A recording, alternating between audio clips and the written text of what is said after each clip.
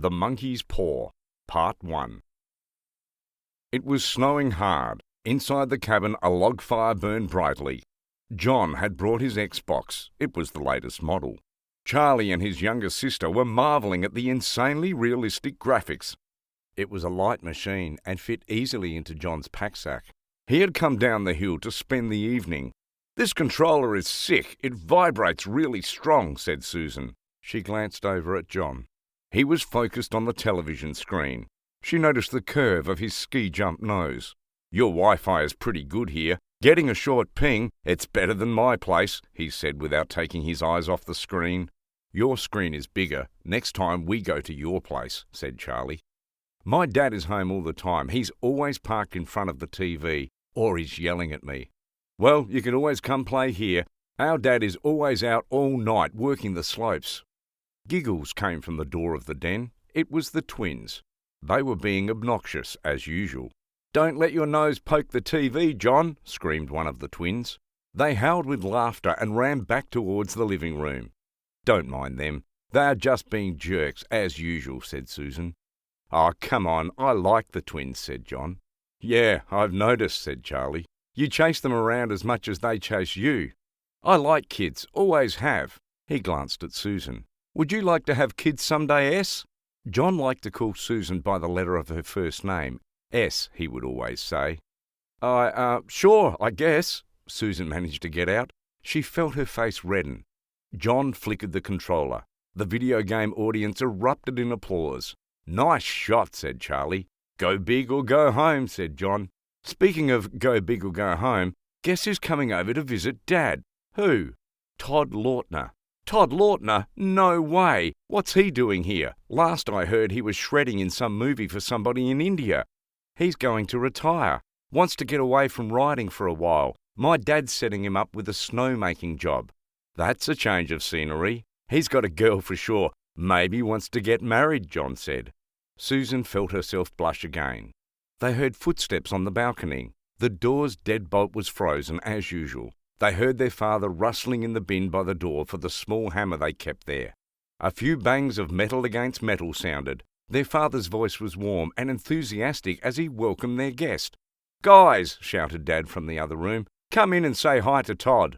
Todd Lautner was a legend. He had turned pro 5 years ago and had already been in a dozen movies, but now he looked different from what the three remembered. He was red-faced. He had put on weight. He looked older. Todd had brought a bottle of wine to thank Mr. Marks for the jobs. Mr. Marks opened the bottle and brought 2 glasses to the table where they were sitting. After a glass of wine, Todd's eyes got brighter and he began to talk. The family was all in the kitchen now, all leaning forward as Todd told stories of skiing in movies. Producers were bringing skiers to even more far-flung places in East Asia in search of the perfect shot. John spoke of wars where they'd been fought just over the border. He talked about climbing the steps of ancient temples. He spoke of marketplaces brimming with strange goods and people. "I'd like to go to India," said Mr. White. "It's nicer here," said Todd. "I'd like to see the temples and the marketplace and the jugglers and the fakir." "What's a fakir?" asked Susan. "A holy man," said Todd. "You can find them in monasteries in Tibet or living in caves in the lowlands or in secret corners in the marketplace." "What was that souvenir you picked up you were telling me about on the phone? A monkey's paw?" said Mr. White. "Nothing," said Todd hastily. "Monkey's paw?" said Charlie curiously.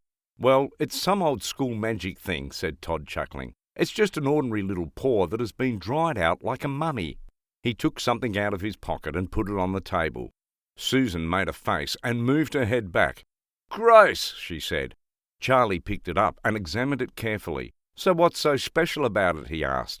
"It had a spell put on it by an old fakir," said Todd, "a very holy man. He wanted to show that fate rules people's lives, and that those who interfered with fate did so at their own risk. Supposedly he put a spell on it. 3 separate men could each have 3 wishes from it." Todd seemed very serious, and the other listeners' light laughter felt out of place. "Well, did you have your 3 wishes?" asked Charlie cleverly. Todd looked at Charlie the way an old man looks at a young man. "I did," said Todd. Susan thought she could see his face whiten. "And did you have your 3 wishes granted?" Charlie asked. "I did," said Todd. And has anybody else wished? You said there were supposed to be 3 people. The first man had 3 wishes. I don't know what the first 2 were, but the third was to die. That's how I got the paw. Todd was so serious that there was silence in the bright room. Well, if you've had your 3 wishes, what do you keep it for? Asked Charlie. He was looking hard at Todd. I don't know, said Todd. For fun, I guess. Good conversation piece. Todd took the paw and dangled it between his forefinger and thumb, suddenly threw it into the log fire. Hey, said Charlie. He stooped and snatched it off the fire. Let it burn, man, said Todd solemnly. It's gross, said Susan. Let it burn. It's cool, said Charlie. It's a piece of history. If you don't want it, give it to me. No way, said Todd seriously. I threw it in the fire. If you keep it, don't blame me for whatever happens. Toss it back on the fire. Be smart. Charlie shook his head and examined his new possession closely. How do you do it? How do you make a wish? He asked. Hold it up in your right hand and wish aloud. But dude, I'm warning you. Wish for a new back for me, Charlie, said Mr. White. Mine is killing me. He stretched, then laughed. Charlie looked down at the talisman. Todd looked alarmed. If you have to wish, at least wish for something smart. Charlie put the paw in his pocket. I'm hungry. Are we going to eat? A second bottle of wine appeared. A pizza arrived. Everyone was enthralled with Todd's second installment of his adventures in India. He left before it got too late. The twins and Mr. White went to bed. Susan, Charlie and Todd sat in front of the fire. Charlie took the paw out of his pocket. I don't know what I'd wish for. Seems to me I've got everything I want. How about a new Xbox, said Susan. What are they running now? $700? Charlie smiled, held up the talisman. John winked at Susan. I wish for $700, said Charlie. Dum, dum, dum, sang John, lowering his voice. Charlie shouted. He dropped the talisman. Susan and John sat up and stared at him. It moved, he shouted as he stared at the thing that was now lying on the floor. It moved in my hand like a snake. Well, I don't see any money, said John, and I bet I never will. Are you sure it wasn't your imagination? Asked Susan. I could have sworn the thing moved, he chuckled. Did you hear me scream? They relaxed by the fire again.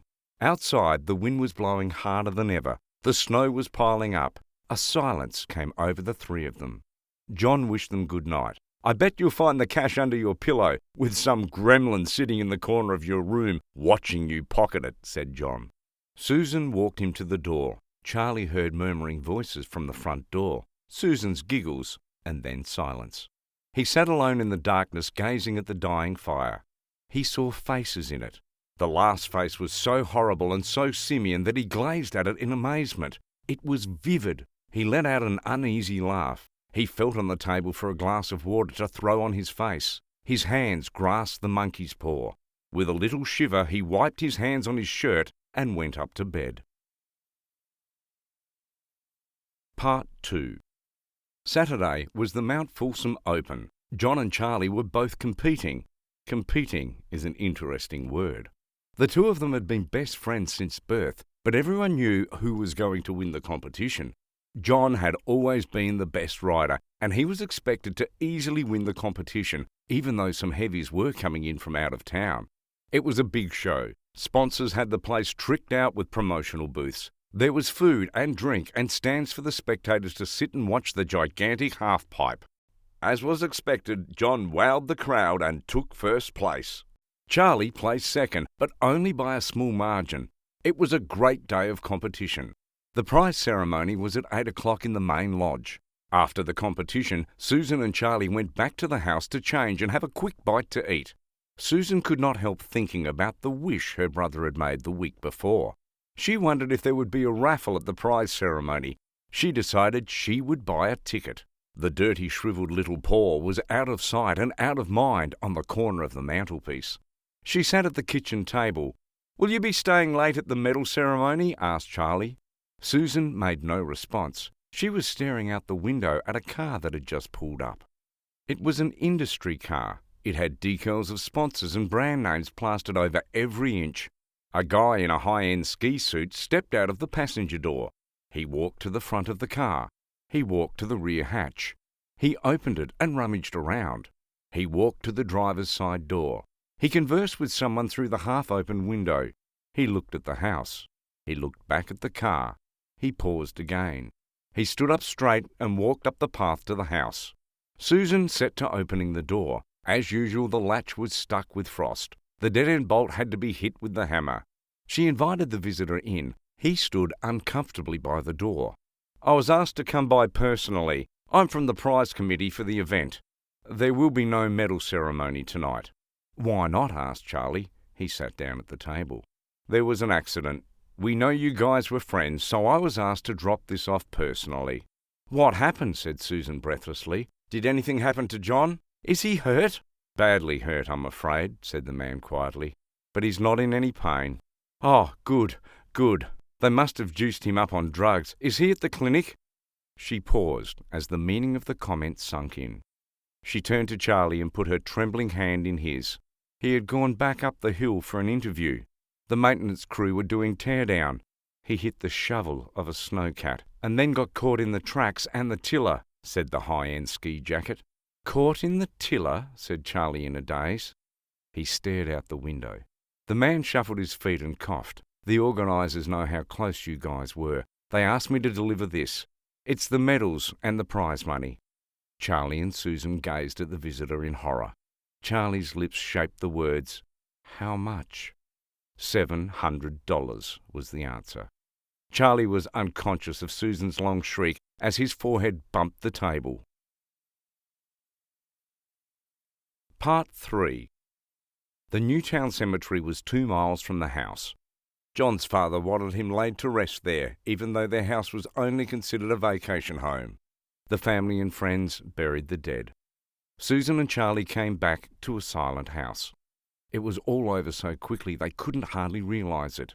They remained in a state of expectation, as though something else was going to happen, something that would lighten the load. But the days passed, and expectation gave way to resignation. Susan and Charlie sometimes did not say a word to each other, as if they had nothing to talk about. About a week later, Charlie woke suddenly in the night. The room was dark. The sound of subdued weeping came from the downstairs. He sat up in bed and listened. He crept down the stairs. He saw Susan at the window. "Come back upstairs," he said. "You'll get cold." "It's a lot colder for John," Susan said. She stifled a powerful sob. Charlie's eyes were heavy with sleep. He went back to his warm bed. He slept restlessly. Suddenly, Susan's cry woke him with a start. "The paw!" she cried wildly. "The monkey's paw!" Charlie sat up in alarm. Where is it? What's the matter?" he said. Susan came stumbling across the room towards him. "I want it," she said quietly. "You didn't burn it, did you?" "It's on the mantelpiece, in the corner. Why?" Susan cried and laughed at the same time. "It just occurred to me. I don't know why I didn't think of it before. Why didn't you think of it?" "Think of what?" questioned Charlie. "The other 2 wishes," she replied rapidly. "We've only had one." "Wasn't that enough?" he demanded fiercely. "No, let's have one more. Come downstairs and get it. Let's wish John alive again." "Are you going crazy?" "Come on, come downstairs. Just like before, in front of the fireplace. We had 1 wish granted. Why not a second?" Susan said feverishly. "It was a coincidence," stammered Charlie. "Come on, come downstairs," said Susan, quivering with excitement. Charlie stared at Susan.